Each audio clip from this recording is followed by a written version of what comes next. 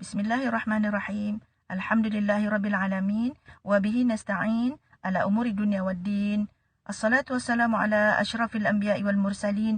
Sayyidina Muhammadin sallallahu alaihi wasallam. Wa ala alihi wa sahbihi ajma'in. Assalamualaikum warahmatullahi wabarakatuh. Salam Ramadan al-Mubarak.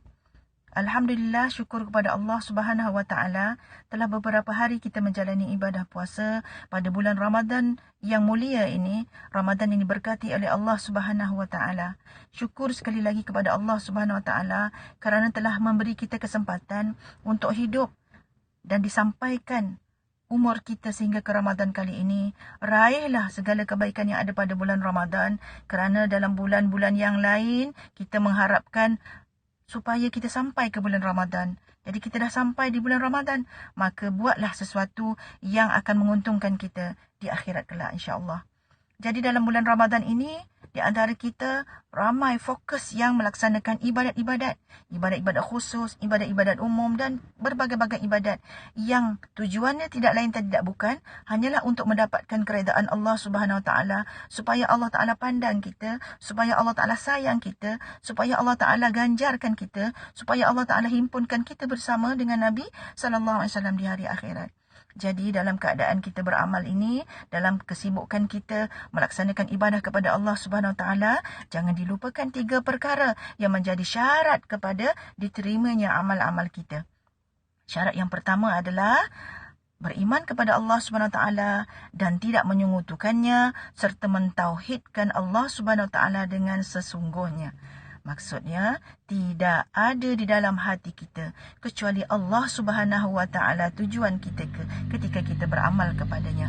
Dan kita yakin bahawa Allah lah yang mencipta, Allah lah yang mentadbir, Allah lah yang mengurus urusan kita, dan Allah yang menentukan di manakah selayaknya kita, sama ada di syurga ataupun di neraka Allah Subhanahu Wa Taala. Syarat yang kedua, ulama kita telah menggariskan dan Nabi juga ada menyebutkan bahawa antara penyebab amal-amal kita diterima adalah ikhlas kepada Allah Subhanahu Wa Taala. Ya, ikhlas, maksud ikhlas ini adalah ibadat kita benar-benar kita laksanakan hanya untuk Allah, tidak untuk yang lain. Tidak untuk kemasyhuran, tidak untuk ditunjuk-tunjukkan, tidak untuk yang lain, hanya kepada Allah Subhanahu Wa Taala semata-mata. Firman Allah Subhanahu Wa Taala dalam Al-Quran, A'udzubillahi minasyaitanirrajim, Man kana yarju liqa'a rabbih falya'mal 'amalan salihan wa lam yusyrik bi'ibadati rabbih ahada.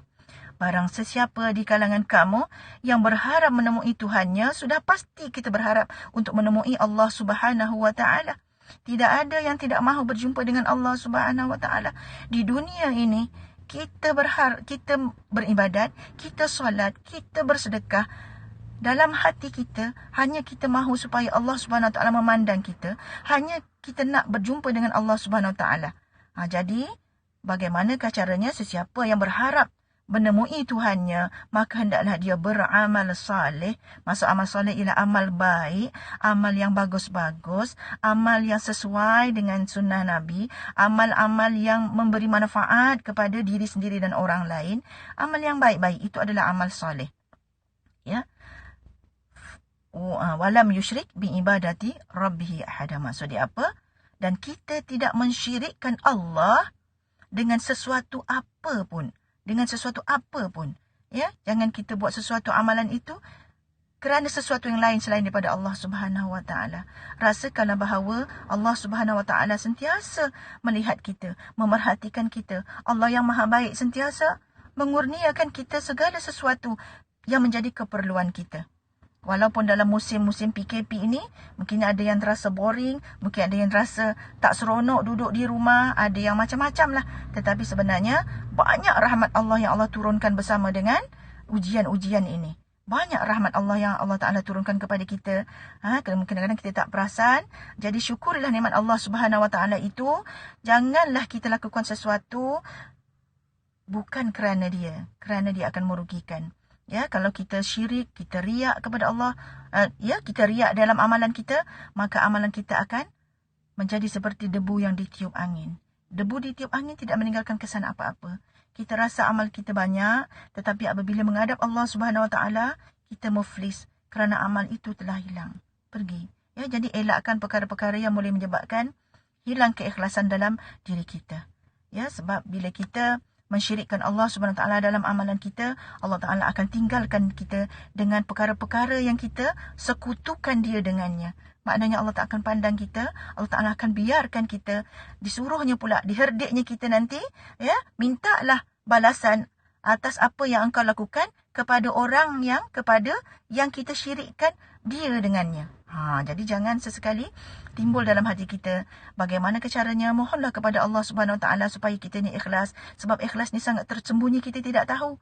Mohon selalu kepada Allah Subhanahu Wa Taala, ya. Mungkin di antara doa yang kita boleh bacakan ataupun kita minta dengan Allah Subhanahu Wa Taala, Allahumma ja'alni minal mukhlisin. Allahumma ja'alni minal mukhlisin. Ya Allah, jadikanlah aku di kalangan orang-orang yang ikhlas.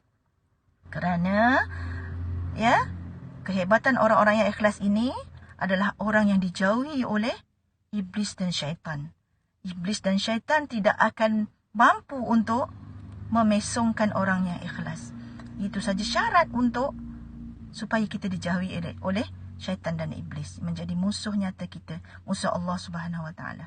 Syarat yang ketiga untuk amal kita diterima oleh Allah Subhanahu Wa Taala adalah amalan yang bertepatan dengan kehendak Allah dan kehendak Rasulnya. Dalam satu ayat Allah Subhanahu Wa Taala menyebutkan, "Wa ma ataakumur rasul fakhudhu wa ma nahakum anhu fantahu." Apa yang dibawa ataupun apa yang diberi oleh Rasul kepada kamu semua, maka ambillah.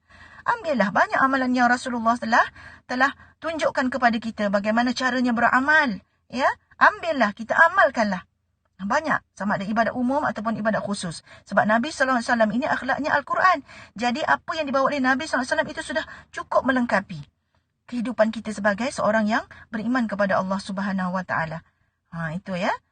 Dan apa-apa sahaja yang dilarang oleh Nabi, maka hendaklah kita tinggalkan. Jangan dibuat apa yang dilarang oleh Nabi SAW.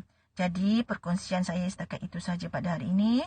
Mudah-mudahan amal ibadat kita diterima oleh Allah Subhanahu Wa Taala. Berjumpa kita di jannah insya-Allah, dalam redha Allah Subhanahu Wa Taala, dihimpunkan kita bersama Nabi kecintaan kita, Nabi SAW. Sekian sahaja untuk kali ini. Assalamualaikum warahmatullahi wabarakatuh. Jumpa lagi di lain masa, insya-Allah.